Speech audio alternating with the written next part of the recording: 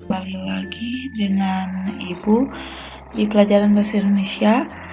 Nah, untuk kali ini kita akan membahas mengenai langkah-langkah penyusunan teks eksplanasi. Oke, kita langsung saja ke pembahasan.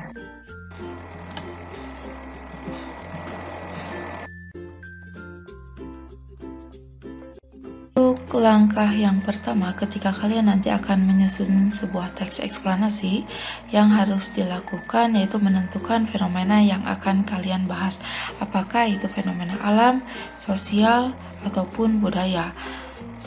Setelah kalian menentukan fenomena yang akan kalian bahas, nah untuk yang selanjutnya,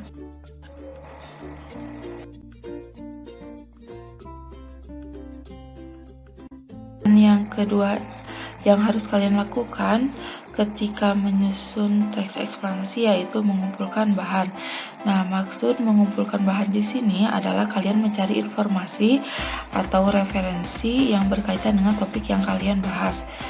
Nah, informasi ataupun referensi yang bisa kalian dapatkan ini bisa bersumber dari berita, artikel, atau video yang kalian tonton yang berkaitan dengan topik yang dibahas. Nah, hal yang harus dilakukan ketika kalian mencari informasi yang berkaitan dengan topik yang dibahas yaitu yang pertama itu kalian harus mencatat informasi-informasi yang berkaitan dengan topik yang dibahas seperti definisi dari topik yang kalian bahas, kemudian bagaimana proses ataupun sebab akibat terjadinya fenomena atau peristiwa tersebut. Kemudian tujuan kalian mengumpulkan bahan ataupun informasi ataupun referensi di sini bertujuan untuk mendapatkan informasi yang lengkap, utuh, dan akurat.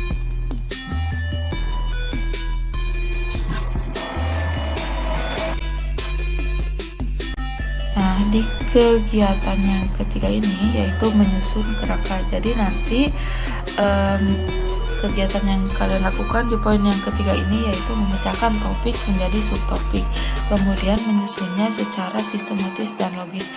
Tadi kalau misalnya kita sudah di poin yang pertama itu mengambil pembahasan yang akan kita bahas itu misalnya mengenai fenomena alam, kemudian topik yang akan kita bahasnya misalnya tsunami.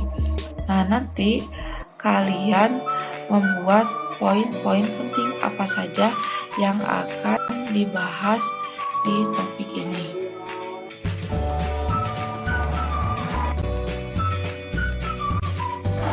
Nah, ini misalnya contohnya tadi kan kalian sudah menentukan fenomena yang akan dibahas itu adalah fenomena alam, kemudian topik yang akan dibahas itu adalah tsunami. Nah, kemudian setelah kalian menentukan fenomena dan topiknya, kemudian kalian membuat kerangka teksnya. Kan kerangka itu ada 3, ada pernyataan umum, deret penjelas, dan juga interpretasi. Nah, di kerangka ini jadi kalian membuat poin-poin apa saja yang akan kalian bahas di topik yang akan kalian bahas. Misalnya di pernyataan umum nanti akan membahas mengenai definisi tsunami atau gambaran umum yang berkaitan dengan topik yang dibahas. Kemudian di deret penjelas. Nah, poin-poin yang akan dibahas itu misalnya mengenai sebab terjadinya tsunami, proses terjadinya tsunami, dan dampak yang ditimbulkan oleh tsunami. Kemudian misalnya di interpretasi itu yang akan dibahas itu nanti poin yang akan dibahas itu misalnya simpulan mengenai topik yang dibahas.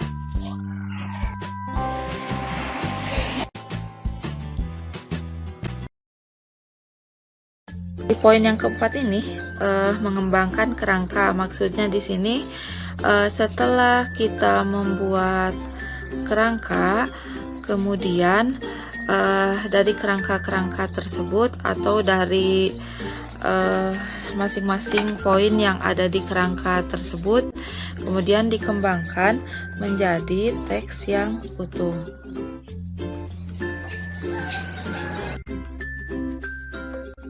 ini kerangka yang tadi kita sudah buat mengenai tsunami. Nah, untuk kerangka kan ada 3 ya, ada pernyataan umum, deret penjelas, dan interpretasi.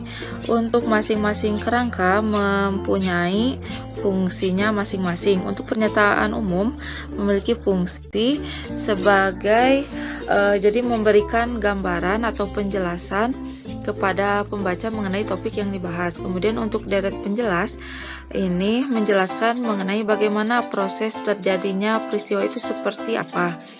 Kemudian untuk interpretasi ini memiliki fungsi sebagai simpulan ataupun tafsiran mengenai topik yang dibahas. Nah, ini kita kembali lagi ke kerangka yang tadi kita sudah buat mengenai tsunami. Di masing-masing kerangka ini sudah ada poin-poin yang nanti akan dibahas ini apa saja. Nah, untuk poin-poin ini yang sudah kita buat nanti dikembangkan menjadi kalimat dan teks yang utuh.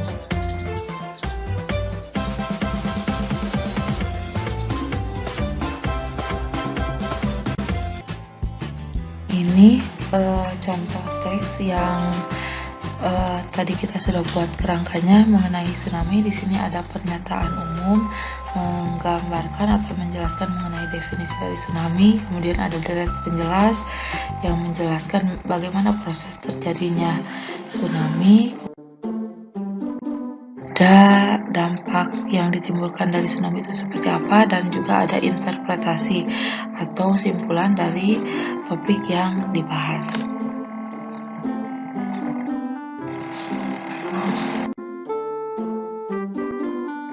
Terima kasih atas perhatiannya. Sampai berjumpa kembali dan semoga bermanfaat. Dan jangan lupa untuk tugas yang kedua di pelajaran Ibu, untuk tugas yang kedua kali ini, jadi kalian silakan membuat satu teks eksplanasi, kemudian disertai dengan analisis struktur dan kaidahnya. Nah, untuk fenomena yang dibahasnya itu bebas, kalian mau membahas fenomena alam, sosial, ataupun budaya.